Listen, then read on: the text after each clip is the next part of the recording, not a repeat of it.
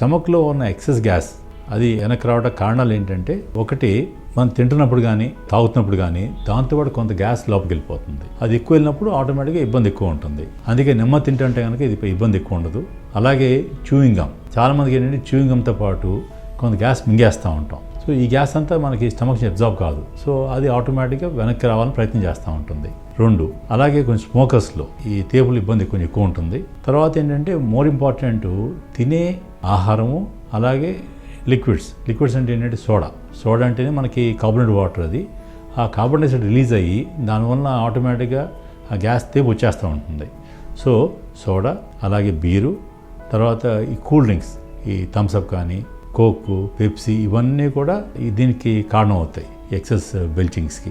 ఇక కొన్ని రకాల ఆహార పదార్థాలు, క్యాబేజీ, క్యాలీఫ్లవర్, బీన్స్, అలాగే కొంతమందికి ఏంటంటే కొన్ని రకాల పప్పులు అంటే శనగపప్పు అని కానీ ఇటువంటి ఇబ్బందులతోటి కొంత గ్యాస్ ఎక్కువ తయారయ్యి వాళ్ళకు కొంచెం ఎక్కువ బెల్చింగ్స్ వస్తూ ఉంటాయి. ముఖ్యంగా పూర్తిగా మానేయాలి. ఒకటి, తినే ఆహారం తింటున్నప్పుడు నెమ్మదిగా తింటాం, తిన్నా కూడా నెమ్మదిగా ప్రాపర్ తింటాం, అడవాడికి నోట్లో కుక్కోవడం కాకుండా చేస్తుంటే ఏమవుతుందంటే ఎక్కువ గ్యాస్ లోపలికి వెళ్ళదు కాబట్టి ఇబ్బంది తక్కువ ఉంటుంది. అలాగే చూయింగ్ గమ్ అది అవాయిడ్ చేయటం.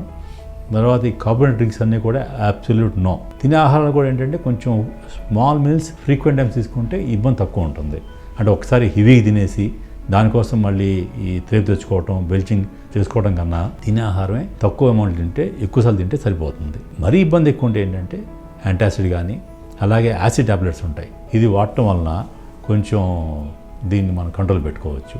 తిన్న తర్వాత కొంచెం లైట్గా వాక్ చేయడం వలన డెఫినెట్గా వీళ్ళకి బెనిఫిట్ ఉంటుంది. హెవీ వాక్ చేయకూడదు. తర్వాత డెంచెస్ ఉన్నవాళ్ళు ఏంటంటే జాగ్రత్తగా డెంచెస్ ప్రాపర్గా మెయింటైన్ చేసుకుంటే ఈ ఏరోఫేజ్ కూడా కొంచెం కంట్రోల్లో వస్తుంది. ఇది కాకుండా స్ట్రెస్, కొంతమంది ఏంటంటే ఆ స్ట్రెస్ వలన తెలియకుండా చాలా ఎయిర్ మింగేస్తారు. అది తింటున్నప్పుడు కానీ మామూలుగా కానీ తాగుతున్నప్పుడు కానీ. సో అదొకటి స్ట్రెస్ ఒకటి కొంచెం ప్రాపర్ మేనేజ్ చేసుకోవాలి.